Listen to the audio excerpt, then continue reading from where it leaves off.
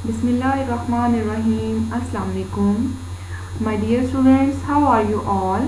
I hope that you all are fine and enjoying good health.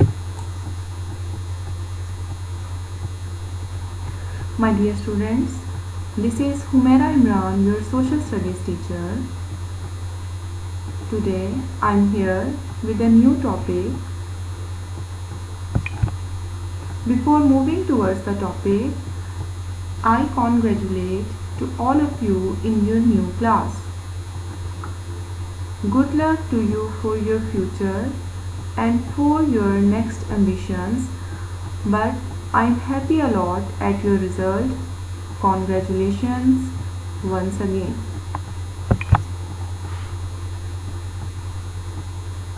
My today's advice is you can learn something new every day if you listen.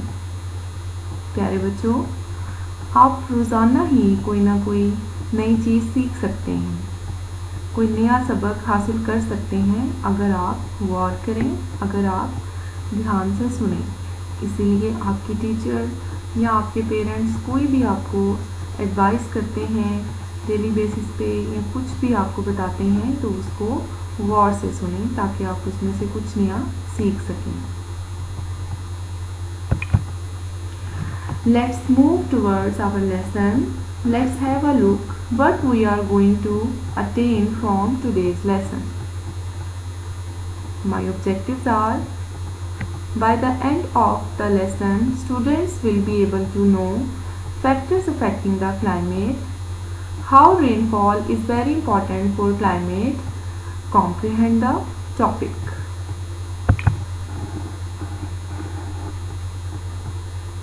As you know in your previous class, what is weather and what is climate?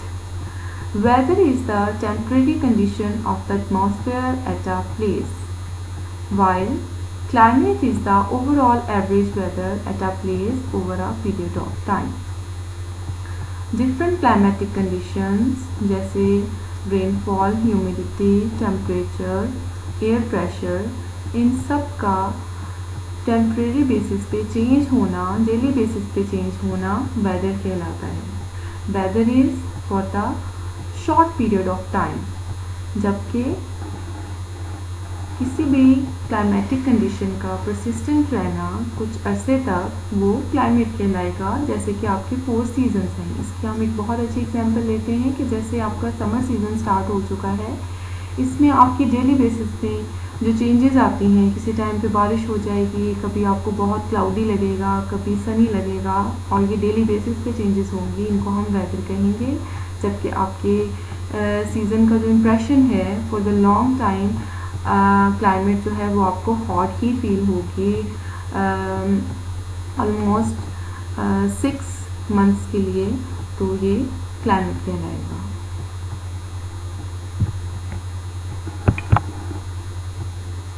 Factors affecting climate. प्यारे बच्चों, यहाँ हम देखेंगे कौन से ऐसे अवामिल हैं, कौन से ऐसे अनासिर हैं जो हमारी क्लाइमेट पे असरअंदाज होते हैं। इनमें सबसे पहले है रेनफॉल, हाइट और altitude, closeness to the sea and sheltered areas.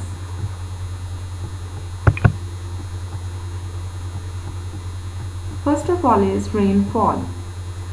Rainfall or humidity is a very important factor for climate and plant growth. Some parts of the world get more rain than others as they lie in the path of rain-bearing winds. Some areas are very dry as they receive very little or no rain at all. Rainfall, बारिश का होना, हवा में नमी का बहुत ज़्यादा होना, नमी का जो तनासुब है वो हमारे एनवायरनमेंट का एक बहुत इम्पॉर्टेंट फैक्टर है जो हमारे क्लाइमेट पे बहुत ज़्यादा असरअंदाज होता है और हमारी प्लांट ग्रोथ के लिए भी ये बहुत इम्पॉर्टेंट है। दुनिया के कुछ हिस्से जो हैं वो दूसरे हिस्सों की निस्बत कुछ ज़्यादा रेनफॉल जो है वो रिसीव करते हैं क्योंकि ये बारिश बरसाने वाली हवाओं के रास्ते में है। इसी वजह से जब ये विंड्स वहाँ पहुँचती हैं तो बारिश बरसाती हैं। कुछ एरियाज़ बहुत ज़्यादा ड्राई हैं क्योंकि यहाँ पे या तो बहुत ही कम बारिश होती है या बिल्कुल नहीं होती। अब हम देखते हैं हाइट और एल्टीट्यूड का हमारी क्लाइमेट पे क्या असर होता है। The earth is surrounded by the atmosphere high above the earth's surface. The atmosphere is quite cold. This is why it is colder in the mountains than nearer to the coast. The northern mountainous part of our country is cold throughout the year.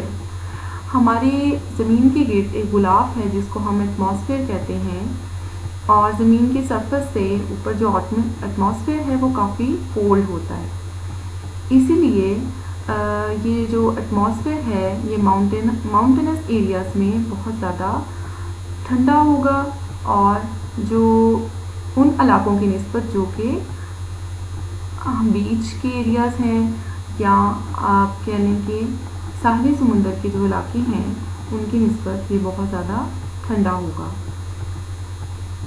हमारे मुल्क का जो northern हिस्सा है वो पूरा साल ही ठंडा रहता है क्योंकि वहाँ पे ऊंचाई है, हाइट है, तो वहाँ पे जो एरियाज़ हैं वहाँ बहुत ज़्यादा सर्दी पड़ती है। सर्दियों में बहुत ज़्यादा सर्दी पड़ती है और वैसे वो पूरा साल जो है वो ठंडे रहते हैं, क्योंकि जैसे जैसे हम ऊंचाई पे जाते हैं वैसे वैसे ही टेम्परेचर कम होता जाता है और सर्दी बढ़ जाती है।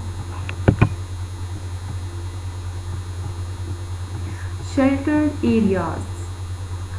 Some places are sheltered from the wind and the rain. For example, a range of the hills can act as a barrier.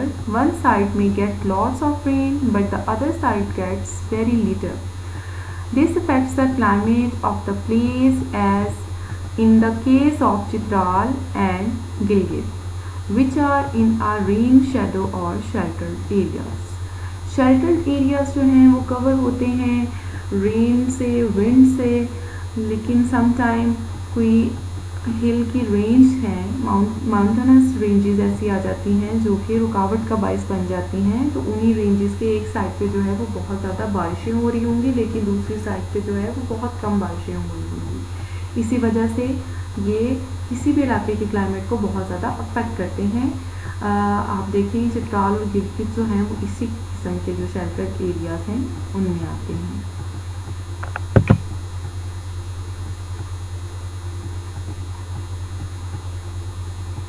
Closeness to the sea. अब हम देखते हैं places close to the sea usually have cool breezes blowing from the sea towards the land. This helps the temperature down in the hot summer months. Karachi has a temperate climate since it is neither very hot nor very cold. ऐसी places जो समुंदर के पास होती हैं वहाँ पे सारा साल मोस्टली गर्मियों में, लेकिन वैसे साल के ज़्यादा महीनों में ठंडी हवाएं चलती हैं। गर्मियों में सी टू लैंड और लैंड टू सी सर्दियों में ब्रीजेस जो है वो मूव करती हैं, और टेम्परेचर जो है वो हॉट समर मंथ में जब सी टू लैंड मूव करती हैं तो कम हो जाता है समुद्र के पास वाले इलाकों में। और इसी वजह से कराची की टेम्परेट दरमियानी क्लाइमेट है, बहुत ज़्यादा स्कॉचिंग हीट नहीं होती यहाँ पे, इसलिए ये ना ज़्यादा गर्म है और ना ज़्यादा ठंडा है। प्यारे बच्चों, अब हम अपने अहम पॉइंट्स को जो हमने अभी अपने लेसन में डिस्कस किए हैं उनको एक बार देखते हैं, उनको समराइज़ करते हैं। हमने अब तक ये पढ़ा है कि rainfall in an area plays a vital role for the climate of the region. किसी भी इलाके की क्लाइमेट में रेनफॉल का, ह्यूमिडिटी का बहुत अहम किरदार होता है उनके क्रॉप्स के लिए, रहने सहने के लिए, और लोगों की नीड्स के हवाले से भी रेनफॉल बहुत इम्पॉर्टेंट है। Closeness of an area to the sea makes temperate climate of a region. जिस एरिया के पास सी होगा वहाँ ब्रेजेस का एक्सचेंज होगा, उसकी वजह से वहाँ का जो क्लाइमेट है वो बहुत ज़्यादा ना ठंडा होगा और ना ज़्यादा गर्म होगा, टेम्परेट और मॉडरेट होगा। Height or altitude and sheltered areas are the factors that affect the climate on an area. Height और शेल्टर्ड एरियाज जो हैं वो अपने अपने वे में क्लाइमेट पे बहुत ज़्यादा अफेक्ट करते हैं। जैसे जैसे आप ऊंचाई पे जाएंगे उन इलाकों का जो क्लाइमेट है वो कोल्ड होगा, जैसे हमारे नॉर्दर्न माउंटेनस एरियाज जो हैं, और इसी तरह से चित्राल और गिलगित के इलाके जो हैं वो शेल्टर्ड एरियाज में आते हैं, और उनकी शेल्टर्ड एरियाज में भी क्लाइमेट जो है वो डिफरेंट होगा। इन सब एरियाज में क्लाइमेट जो है वो एक दूसरे से डिफरेंट होगा इन फैक्टर्स की वजह से।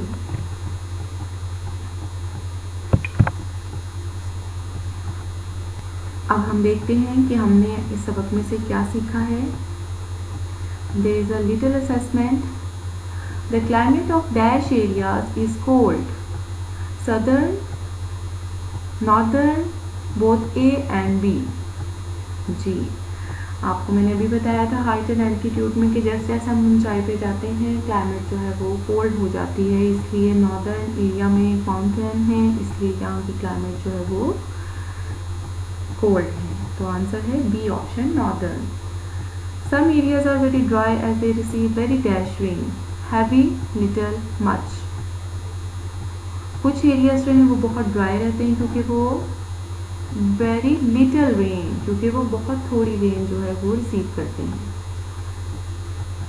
The climate means the weather conditions over a dash period of time, few, short, long. मैंने आपको लेसन के स्टार्ट में बताया था कि वेदर कंडीशंस जो हैं उनका लंबे अरसे के लिए होना क्लाइमेट कहलाता है, इसलिए यहाँ पे ऑप्शन सी करेक्ट है।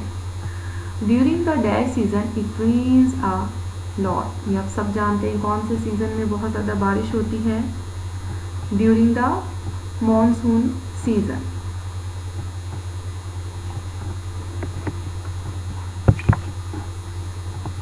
Now it's time for home task. You have to read page number 28 thoroughly. आपने रीडिंग करनी है पेज नंबर 28 की, और ये कुछ क्वेश्चंस हैं आपने फाइंड आउट करके अपनी नोटबुक्स पे लिखने हैं। Question number 1, which area is hot through out the year in Pakistan? How many factors affect the climate? Which city of Pakistan has temperate climate? आप अगर लेसन और से सुनेंगे तो आपको सब क्वेश्चंस के आंसर्स मिल जाएंगे। My dear students, I hope that you have understood all the lesson well. Thank you so much. Allah Hafiz.